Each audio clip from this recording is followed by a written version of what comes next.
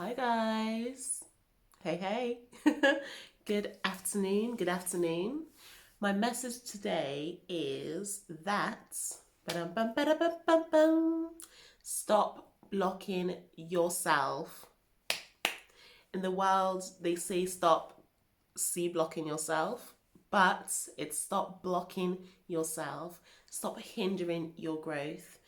In the Bible, it says that you should not worry about anything. Anything. Do not worry. Why? Because you cannot add a single ounce to your day by worrying. There's so many things that tomorrow will bring that will cause you to worry. So why would you worry about today? Why would you worry about the future today? Why would you worry about the past today? Why would you waste your time worrying? And what worry does is that it blocks you from seeing the blessings that God has for you in the present and also the blessings that God has for you in the future. Because you worry about the future. For me personally, I love planning, growing, creating change, and just going for it, just striving, just thriving towards that change. And what that does is that it makes me, and I realized that this is worry because I thought, oh, I never worry about anything. But I realized that this is a form of worry because I think about those things so often and so much that it just detracts from the present. I don't worry about achieving those goals because I know that I'm going to achieve them. But what I do worry about is the goals themselves, if you get what I mean.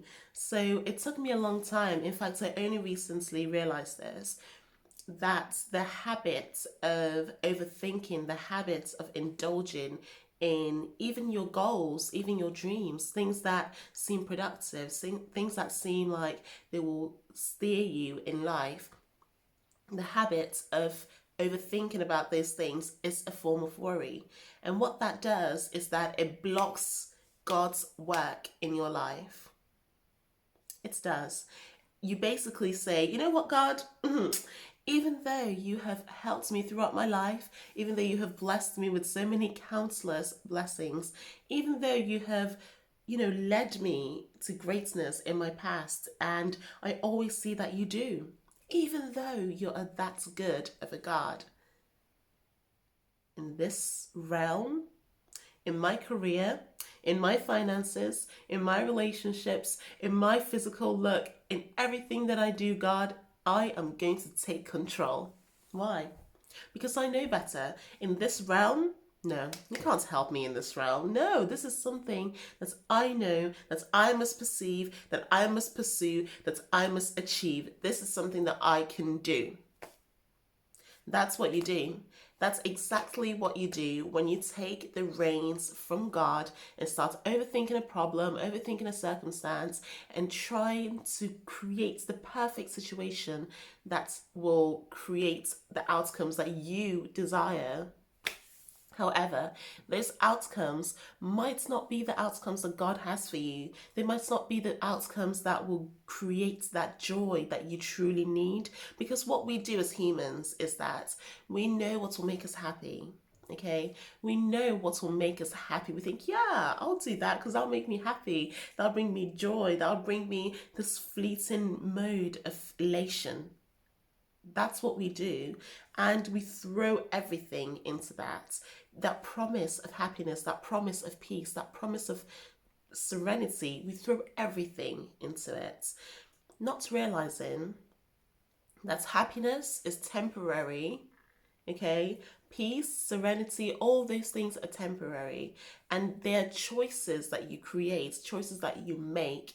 However, what is eternal is what we should focus on. We shouldn't focus on things that are temporary. We should fix our gaze, fix our hearts on things that are eternal.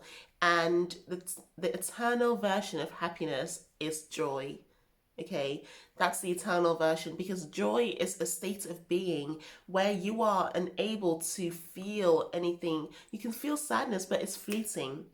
Okay, whereas if you're happy, happiness is fleeting, sadness is fleeting. They come, they're intertwined, and you can hop from one to another in a given moment because that's what emotions do. However, if you have joy, joy overrides sadness, joy overrides anxiety, joy overrides worry, joy overrides disruption and distractions. Okay, joy is eternal, it's substantial, it carries weight.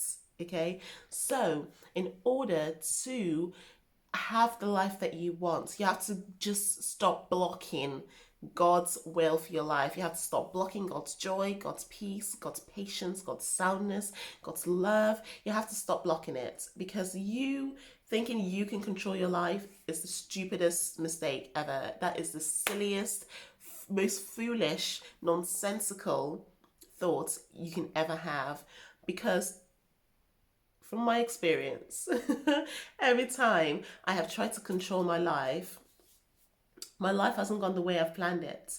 I've planned it to go perfectly. However, even though I achieve the goals that I sought to achieve, I don't find that joy there, because I have created it out of context. I've created it out of God's direction for my life. I have taken the reins. I've steered myself to a place where, for example, if you're going on holiday, you book everything. You get there, but the hotel could have roaches. Even if you book a 5-star hotel, your service might be late. So your room service might be late. So you will have temporary setbacks. You have things that don't go perfectly well. However, every single time, guys, I'm telling you, every single time that I have trusted God for progress, for growth, for just revelation, he has come through, and he has come through in such a magnificent way. For example, the job that the job that I have now,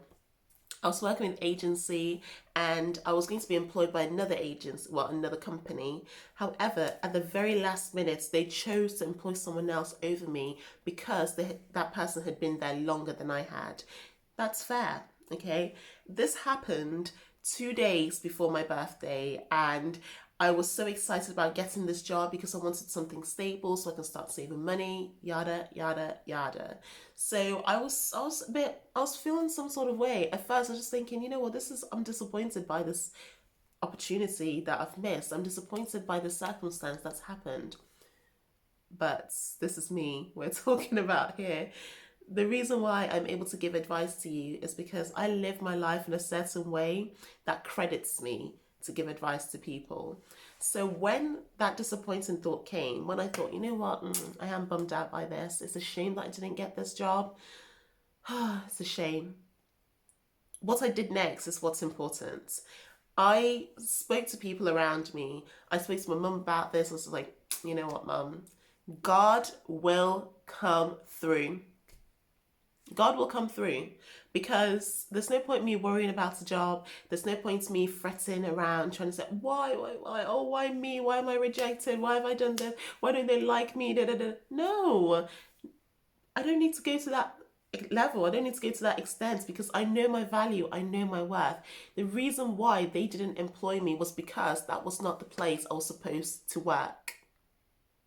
That was not the place. That was not God's will for me. That was not God's direction for me. That's not God's destination for me. So God booted that opportunity out of the circumstance, because he knew that even though that opportunity will bring me happiness, it will bring me money, it will bring me everything that I desired, it wouldn't bring me the joy. It wouldn't set me in the path for my future. It wouldn't set me in the plan, the goal that he has for me.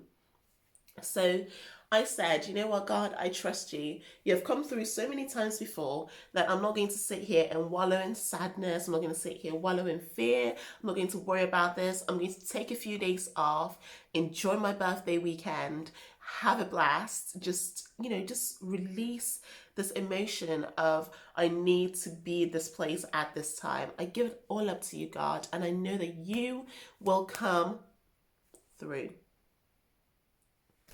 So guess what? God is faithful. God is good. God is a provider. God came through. That Sunday, I'm telling you, the day after my birthday was Saturday, the day after my birthday, I checked my emails and I got a message from my manager, my agency manager. And she said to me, "Oh, Rose, we have got this position. It's an ongoing position at a company that they need someone of your credentials. I told them how fantastic you are, and I know that you'll be perfect for this role. Would you like to take this position?" Yes. Yeah. Yes, I would like to take this position. And that position started the not the Monday, but the day after. So I had a day's rest and then I had to go to work. And that's the job I'm in now. And in that role, I was employed as a supervisor. You see how God works? So the role before, I would have just been a normal barista, front of house, like I've always done. And I told God, I had this revelation that I need to become an expert in my field. So I told God that, you know what, I'm going to grow. I want to grow in this field. I want to grow in my career. I want to grow where you need me to grow so I can be the person you need me to be. Fulfill the goals that you've placed in my heart since I was a baby. And I want to do this for you, God, for me, for my family, for my legacy. Help me grow. And what that did is he negated an opportunity because I didn't block him, because I didn't allow myself, my goals, my control to block God and his power, his wisdom, his goal, his will, because I didn't block him. What he did is he negated, he removed, he completely trashed the circumstance that would have allowed me to stay in that level, that same playing field, that pigeon mentality, that level of, oh yeah, I'm a front of house, I'm doing the same thing I've been doing since I was 16, da da da da da. He's just like, nah, no more. You've trusted me with this, so I'm going to give you growth. I'm going to give you what you asked for because I'm a God who answers your prayers. I'm a God who provides, and I know that your heart is in me, your heart is for me, so I'm going to give you what you desire. Bam. Front of house supervisor. Front of house supervisor. I was employed to be a supervisor straight away. It's just like, yeah, in. A month after my contract was supposed to be up, my boss asked me, "Oh, would you like to work for us?" I was paid off from the agency. I was employed straight away to be a supervisor. That's the level that God plays at. He doesn't play a pigeon mentality. He takes you straight to eagle. Okay? We had this recent sermon at church called Take Hold on Eagle's Flight. You have to realize that you're up here, not down there. Like pigeons flock together. If you want to be a pigeon, stay at a pigeon level, wander around on the streets, pick up scrap bits of bread, okay? Wait for someone to come to a park to feed you. That's pigeon mentality. But if you want to fly and soar like an eagle, you need to go to a height that no one else can ever go to. Miles Monroe said that, and I need to research this further, but I'm sure it's true. Actually, I have researched this. I've watched documentaries about eagles and lions, etc., etc. But when an eagle is flying at the altitude that it